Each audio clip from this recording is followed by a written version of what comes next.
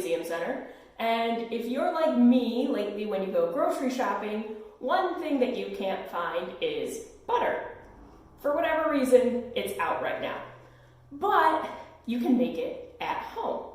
And it's easier than you might think. All you need is heavy whipping cream that you can find at the store and an empty jar. Mine's a peanut butter jar. You can really use whichever jar you want. And all you have to do to start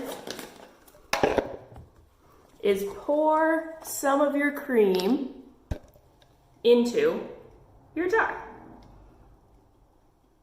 You don't want to fill it all the way up, but about halfway would work. And then you seal the lid tight. And then keeping the lid upright, you just want to start shaking.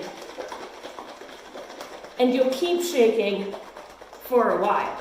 So I'll check back in with you guys in a little bit. So the shaking is really what takes the longest time when making butter. It can take a really long time, so you might as well have some fun with it. I've moved outside, because it's a nice day out. So I might as well get some exercise in while shaking butter. Just go for a walk, see nature, and still make butter. So a tip, if your arm starts to get tired, you can use a family member and they can shake it for you. Look at that. While some family members will help you shake butter, I don't recommend pets. They're not very helpful.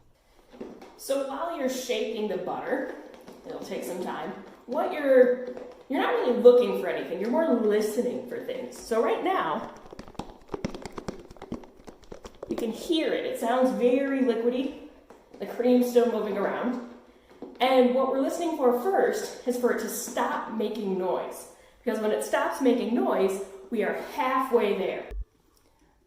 All right, so it has gone silent, which means we're halfway done. And if we look inside, what we actually find is whipped cream. Just like you might add to ice cream or pie, those types of things. This whipped cream, though, doesn't have sugar. It doesn't have vanilla, which you often find in whipped cream. So it wouldn't actually taste like what you know as whipped cream. But like I said, this is just the halfway point. So we're going to keep shaking.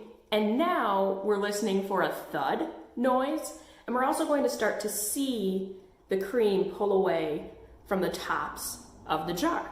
So when that happens, I will see you back here in a little bit. Okay, so now we have reached the point that, as you can see, it pulled away from the sides. We kind of have a thudding noise. So what we have in here is a mixture of butter and buttermilk. So we have to separate the two. So what works really well is to just get a slotted spoon. Just kind of put it right on the top. And then as you pour, the buttermilk will all drain through the spoon into the bowl. And then what we're left with is just butter. There will still be a little bit of buttermilk mixed in, but it's mostly just butter now. So if you want, you can squeeze this and get out the remains of the buttermilk. It'll last longer if you do that. It also doesn't have salt. A lot of butter that you buy in the store will have salt in it, so you can mix salt in, but now you're ready to go. It's as easy as that. You just have to start with some heavy whipping cream, a lot of arm power with shaking, and you can get homemade butter.